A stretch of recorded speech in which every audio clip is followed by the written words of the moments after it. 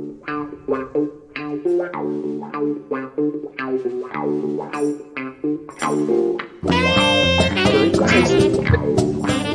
buggered that up, didn't we? Good evening, TC. How are you? Yeah, I'm very well, mate. Thank you. How are you? Not too bad. Good. In other words, steady away. Steady away, T. How's life been treating you this week? You had a decent week? Yeah, I've done plenty of bits and bats of running up and down. So, what day is it? It's Tuesday. It's weekend. Tuesday. Yeah. We're doing it Tuesday today because sometimes on a Wednesday, if something happens, we need to put it onto Thursday. But it's going to be a good Thursday for you because Wednesday are playing and you've got a Sheffield Wednesday reunion. Mike Gabitas is being the host at the Devonshire Arms is it Middle Hanley? Middle Hanley, that's right. I'm getting pretty good with these northern towns and pubs, aren't I? You'll have to come up one of these days. I will do too. So before we start with the magic moments, let's just talk about what's going on Thursday night. It wasn't a magic moment for Wednesday against Peterborough. I did think Peterborough played very well, but I was amazed how poor Sheffield were. So let's just briefly talk about Thursday night and what's going on there. Yeah, well, going back to the first game, first and foremost, they had a couple of good chances Wednesday to score. Yeah, they did early doors. But that doesn't mean that they've got a result. It may have changed the game a little bit, but like you said, Peterborough were far better than what we saw. But no, Roger Wilde, one of my ex-teammates at Wednesday, has sorted a reunion with some older players, Sam Ellis and all these, and Carlton Palmer, some of the one much younger than us. So we're all going to meet up there on Thursday, 2:00, and John's putting the game on, so we'll have a good day. You'll have a great day and you'll have a great night, and let's hope that Sheffield Wednesday do at Hillsborough. It's going to be a packed Sheffield Wednesday, buoyant crowd. Hopefully they can get an early goal and double it up early doors, and then you never know what happens. I mean, it is a tall order to turn 4 goals around. It is, but you can never say never. No, you can't. 2 weeks ago, I had a football bet and I backed Leon. They're winning 1-0, and then they were 4-1 down. Yeah. And they turned it round and won 5-4. But Leon, Sheffield Wednesday's not Leon. They're capable of turning games round. But like you say, you never know. I mean, this is a one-off type of game. You'll get one team trying to go for it, so they're going to leave gaps, and you get the other team what will defend and just counter-attack whenever it's possible for them. Absolutely. Roger Wilde, you alluded to him being a teammate of yours. He was a bit of a character as well, wasn't he, Roger? Yeah, great goal scorer. Technically good, just typical Jack. I mean, Jack didn't really fancy him, not because he wasn't a good player. Jack wanted a big centre forward, and he brought in Andy McCulloch. But Roger, very, very loved by the Wednesday fans and all. Yeah, he's very much a Wednesday fans' favourite, so it's going to be a fantastic evening for you. Is it a ticketed event, or can anybody just turn up? No, on anybody the can go. I put on the Facebook and on Twitter that come and join us if you like. So it's a beautiful pub in the country in Middle Hanley. Beautiful. You've been there before, haven't you? Yeah, great food, great host. So it'll be a great day, but it'll be even better if Wednesday can get the result. Absolutely. Magic moments, TC, what have you sourced for us this week? I mean, there has been not that many games because, of course, now the regular season has finished in the AFL. We've still got Champions League, still got, oh my dear. What's it? Hernandez from AC Milan just pinged a ball from about 40 yards and it just went very close, just over the crossbar. The goalie, the goalkeeper looks and thinks, my days, I didn't realise that was that close. Yeah. I'm watching the other one, the Sunderland Luton game. Oh, okay. But going back to, magic moments, even though, like you said, there weren't many games on. Still some unbelievable goals, Trent Alexander overnight. Yeah. The one I'm going for is Diallo for Sunderland. Great player, Unbelievable. But Gundogan's free kick you know, Gundogan, his performance for Manchester City, but Manchester City have just, like I was talking to Simon Steinrod today, and they just you can't blame Arsenal. No, not at all. For losing. They just keep going and grinding teams down. And if you make a couple of mistakes like Arsenal have done, being up 2-0 up at Liverpool, 2-0 up at West Ham, and teams have got back in. They're just a phenomenal team, aren't they? So the thing is, in any game of football that you play, there's times that you're going to drop points, and it happens throughout the season. The problem is at the moment with Manchester City, they aren't dropping any points, and they're not looking like they're going to drop any points. So psychologically, when you're playing against that, and you're playing your game, and you're trying to play, you were on top, now you're playing a little bit of catch up, and you're thinking, where's the chink in their armour? And you're going, well, there ain't none. So you've got to win every game, and that's almost impossible. The thing about having your blips is having it at the wrong time. Yeah. Whereas Arsenal have had it at the wrong time, and Manchester City had those early doors and came back. I mean, everybody were writing Manchester City off early on in the season. Oh God, that Charity Shield game. I mean, they was a waste of money. they were all writing Ireland off. It just shows you, doesn't it? Oh no, and they're still. I mean, some are still saying they're a better team without Ireland. I'm going, oh right, okay. Based on what? Based on what? I don't mean to be rude. Everybody's got their opinions, Of course and they have. I accept all that. But I don't mean to be rude to our pundits, but they do talk crap at times, don't they? Absolutely, yeah. They do. We're being horrible. We're going about as coaching, but as pundits, are even worse. I was listening to Gary Neville last night, and he had his team of the his dual team between the Manchester City team of today and the 98-99 treble winning side of Man United. I was waiting for Carragher, but I don't think Carragher's that bright, if I'm honest. And to just pull him up and say, if I'm absolutely honest, Gary, because he hasn't named at the moment any Man City players because they haven't won the treble. And I thought that's absolutely pathetic. Man City now have won 4 league titles on the spin. No one's ever done that before. And that's in 5 seasons. No one's ever done it. Man United were not champions when they entered the Champions League. It shouldn't be called the Champions League. How many under Fergie? I mean, don't take this the wrong way. Anybody who's listening to this, they've only won 2 Champions League under Fergie, right? And one of them was a lucky one in a sense. I'm glad they were lucky because I backed them that day when they beat Bayern Munich. They scored 2 goals at Bernabeu in the last 5 minutes. Tom had it on, yeah. But Pep has just missed out. I mean, these cup games, once you get to semi-final, quarter-finals, can happen. Yeah. They all keep saying the same thing. Pep hasn't done well at Manchester City until he wins the European Cup or the Champions League. Stupid. But when you look at it, they play some of the greatest football the Premier League has ever seen. I'll go along with Neville in a sense that, to win a treble takes some doing. Yep. It takes some doing, especially because of the amount of games we do play in our league, and then you've got the Champions League on top of that. So it's a great achievement. And like I said, Fergie is, no, it's not. He is the most successful manager of all time when you look at it, isn't he? Absolutely, anybody wants one to any. I'm talking about any manager want to win trophies. It's incredible. Yeah, it's phenomenal. But if I had to pick a team, this Manchester City team is the best. Played the best football I've ever seen played in the Premier League.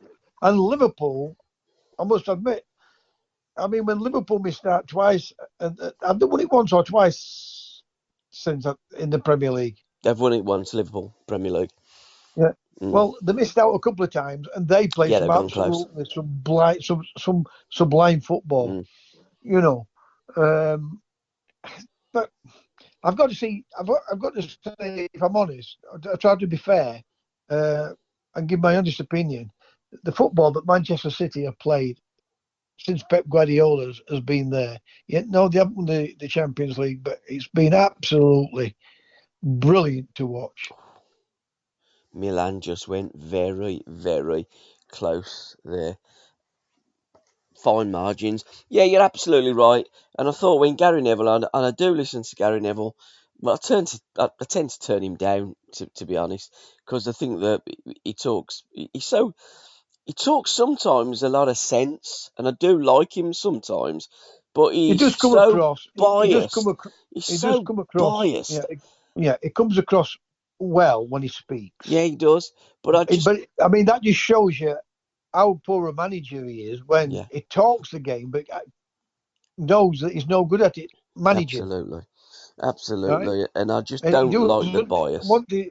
Does he not want to go back into it because he knows No. he's going to be a failure, or he doesn't want to take the criticism? I would But imagine. I do think, like you, and I'm not saying because, but like you, I do think at times he is biased.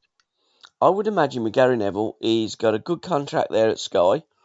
There's no jeopardy there. His job's safe for the meantime.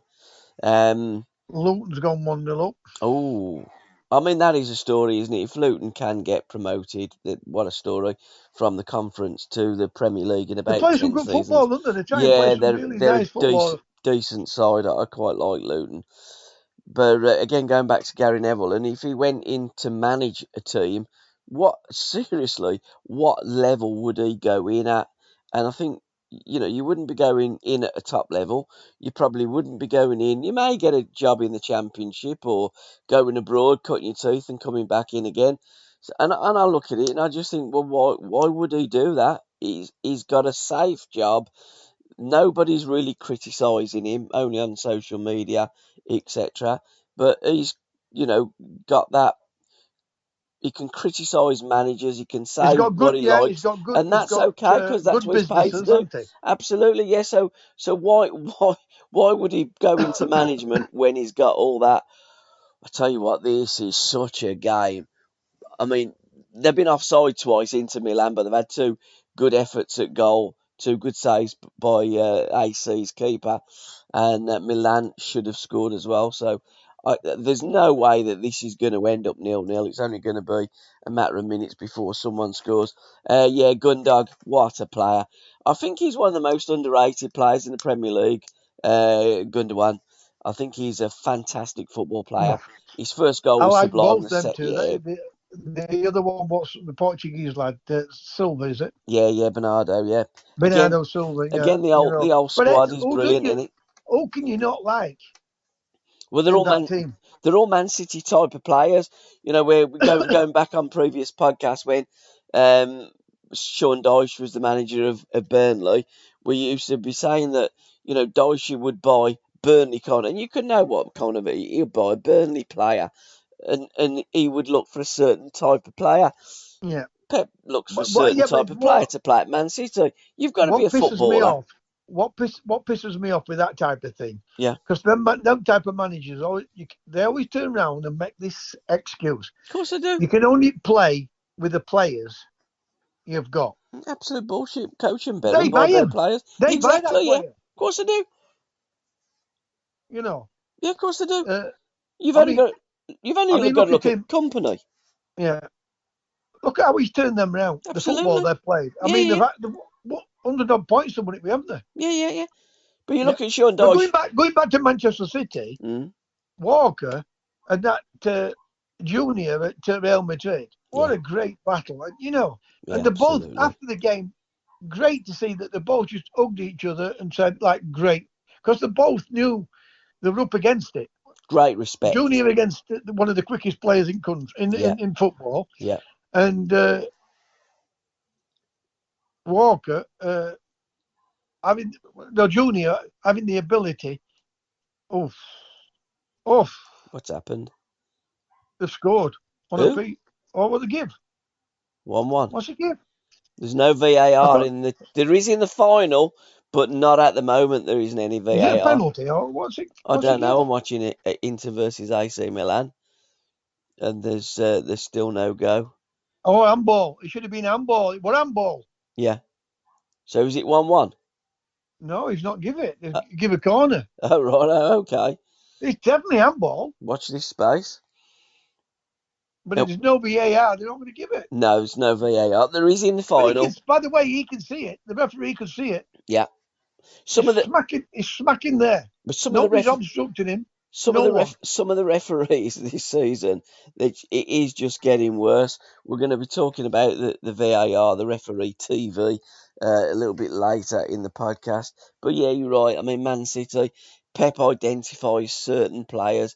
You need to be a certain player to play for Man City. You got to be good on the ball, composed on the ball, and all the rest of it. You got to be a proper football player to play for Man City. Oh, Because if you're not, without any question of a doubt. and a player, in my opinion, who'd fit into that Manchester City team. And this is what we're saying. We're not saying that these players are better than what they've got at City. We're not saying that Grealish is better than Foden. We're not saying Foden is better than Grealish. What we're saying is Man City have a group of players that whenever they make a substitution, it doesn't weaken their 11 because they're all good players. Eze, did you Like for see his like. brace? Did you see Eze's brace? Yeah. Oh, Oh, that was another goal. what a player. Unbelievable. I forgot all about that one. What What a goal that was. I think he's fabulous, Easy. I mean, he really is easy on the eye. And again, another player for me who'd fit in famously into that Manchester City squad. Who disregarded him? What at Crystal Palace? And then he went to. I'm not sure of his journey. Somebody disregarded him and he went to QPR. Yeah. And now, obviously, he's tearing it up in Premier League. But the amount of players that do get turned down by a club, I think Gaza was turned down by Ipswich, wasn't he? You know, I mean, you look at most. I mean, you didn't, of course, but Alan, yeah, Gaza. I think Gaza was turned down by Ipswich I didn't many, know many. that. I'm sure. I'm sure I read somewhere Gaza was turned down by Ipswich many, many years ago. I mean, Uddy was turned down by the club he loves, Fulham. Tony Curry was turned down by the club he loves, Chelsea. You Yeah, know, it's just balmy, and most players have got turned down, so it doesn't surprise me with Eze. But again, what a player. Trent's goal I thought was fantastic. And Curtis Jones, I've always liked that kid. He's had a bad injury, and I think he's probably just coming back to his levels now. I did see that somebody had put up Curtis Jones is better than Bellingham, and you know, it was a tongue-in-cheek thing, but I do agree. I think you know, when you look at some of these players, you look at your Jones, you look at the boy at Villa, Jacob Ramsey, you look at one or two other English, you know, young English midfield players, and then you look at Bellingham, played 40 games for Birmingham, had his shirt retired, he's gone over to the Bundesliga, and he's done okay. I cannot believe a young kid has had his shirt retired at Birmingham. It's incredible, isn't it? I know. And he only I don't played mind about incredible. 40. I think it's pathetic. It is pathetic. You know, it's not somebody what's been there for years and years and years. No, it's pathetic. It, I mean, and he only scored about 3 goals in 40. I mean, he scored 4, but the first one I didn't count because it was a deflection and he took Trevor's record of the youngest goal scorer for Birmingham City. I don't think that should have happened. And I think they only done it because how many he's a young games has he kid. played for them? For Dortmund, he's played a season over there No, now. I'm on about for Birmingham. For Brummagem. Birmingham retired his shirt. Yeah, Brummagem, he only played 40 games maximum. Right. And the 40 games. 40 games to retire a shirt. It's an embarrassment. Brilliant to get team at a young age. I get that. But to retire his shirt. I know. Listen, it could only happen in England. That would never happen anywhere else in the world. Of course it wouldn't. And this is what I'm saying about Bellingham. I've yet to see Bellingham inspire me to think, you know what a player. Oh, blimey, look at what he's just done there. Yeah, he's a good player. But all I hear with Bellingham is he's a young kid, he's only 17, I couldn't care less how old he is. If you're young enough, you're good enough. If you're old enough, you're good enough. I don't look at the age, I look at the performance. I never look at stats. I look through my eyes and judge a player by what I see. And it's great to see Notts County being promoted into the back into Football League too. Yeah, Wrexham and Notts County. Well, Wrexham been out for 15 years and Notts County been out for 5 years. I You know, think there's a breath of relief in the conference, though, isn't there?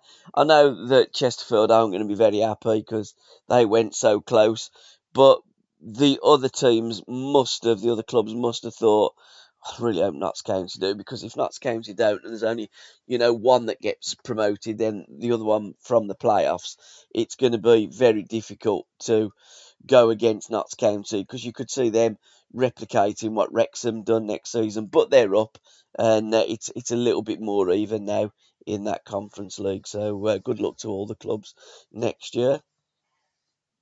Notts County 2-0 down against Boreham Wood at Yeah. first leg, comes back and goes and wins it in extra time, and 1-0 down, then 2-1 down against Chesterfield. Yeah.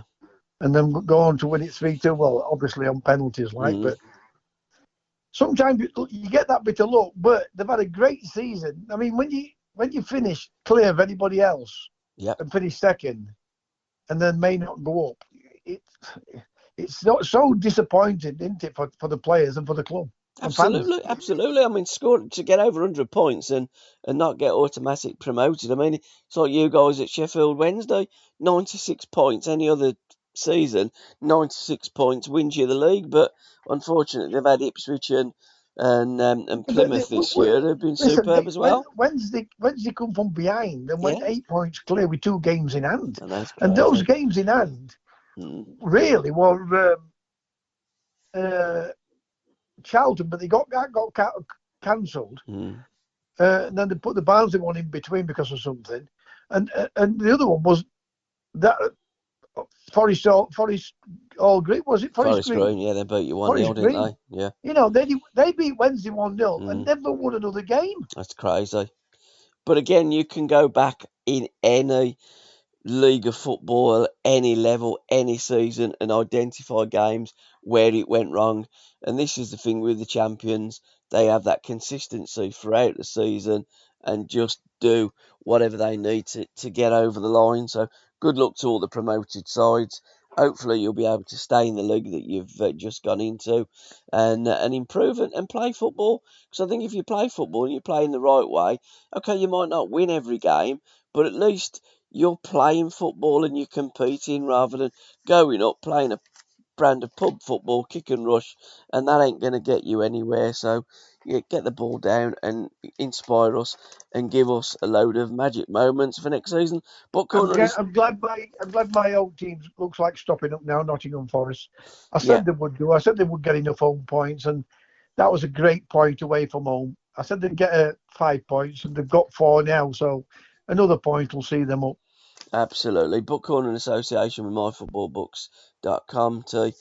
Tomorrow I'm doing part 12 of our Football Book Corner with Andy. He always gives us a recommendation. And this week it's The Undisputed Champions of Europe, How the Gods of Football Become Football Royalty by Stephen Sprague. And it's the book, we have talked about it before on the podcast. It's a book about the European Cup and all the triumphs and tribulations of I would say, the world's greatest competition. Although now it's the Champions League, and next year there's even going to be more sides. I mean, it's been the Super League, but Champions League in name only. It's just as though the big teams want to have the cake and eat it, and be in that and their league. This is the start of the Super League. Because you can't get more games in, something has to give, doesn't it? You can't keep having more teams in a competition and then playing these cup games in a league format throughout the season alongside your domestic league. It ain't going to work. No. I mean, they just lie to people all the time because they say that the players are fatigued. Yeah. And yet the managers don't do anything about it when they fetch more games into the Champions League. No, all they ever moan about is the League Cup, and they say, well, we're playing too many games, so scrap the League Cup, scrap the FA Cup, scrap all the rest of the domestic cups, get rid of half of the teams in our domestic league, so that because we're playing too many games, and you're going, hang on a minute, you never ever moan about your Champions League and your European football or your international football. You keep inventing competitions and inventing. I Uh, still, uh, who? I still, I still will say this: somebody has to finish bottom in Yeah, that league. you've If always not maintained if, that. Yeah, when yeah, one of these big clubs yeah, are going to finish bottom, second bottom, third bottom, yeah. when the boys had success or some form of success, it's going to be weird, isn't it? I think it's going to be it but, it, extraordinary. but it's going to happen. I think that what they have to do is they have to look at, is it going to be Champions League with all these amounts of clubs in it, or are you going to break away and have a European Super League? Because as I just said there, you can't keep adding teams and it being a cup competition. So there comes a point where you go, it's top heavy now. We need to break away and have a So Super what? League. So what? How have they added it then? Is it? I mean, I know I posted it. Is it more clubs from England, or is it Well, I mean, finishing? what it does is it works on your nation, how many winners of the competition that there are, and getting to the final, like semi-final and the final, you get extra points for that. So if a nation like, say, England, for instance, keeps getting teams in the final, they'll have the fifth place from England. If the Italians start to dominate it and it's an all Italian final and semi finals or full of Italian clubs, they'll have an extra Italian club, and same with any other nation. So it depends on how every nation's clubs do in the tournament. But it's going to reach a point where you cannot have that amount of clubs in a cup competition. It has to be the European Super League. So you'll have to break away from your domestic league, and that's where the the shit is going to hit the fan, because the domestic leagues rely on the big clubs for their broadcasting rights, and it's that fine balancing that the scales for me are going to be within the next few years imbalanced, and the bigger clubs want more money because they're paying out massive wages, so they need more money, they need more games, more wants more. Something somewhere has got to give shortly in the game of football, in my opinion. They must be peed off. The Scottish Celtic and Rangers, Absolutely. because there's one thing. What they ever say about them two, Mm, they would pull yeah. more fans in. Of course, I would, and if they was in the European Super League, they'd be earning more money as well, so they could Yeah, have bigger clubs.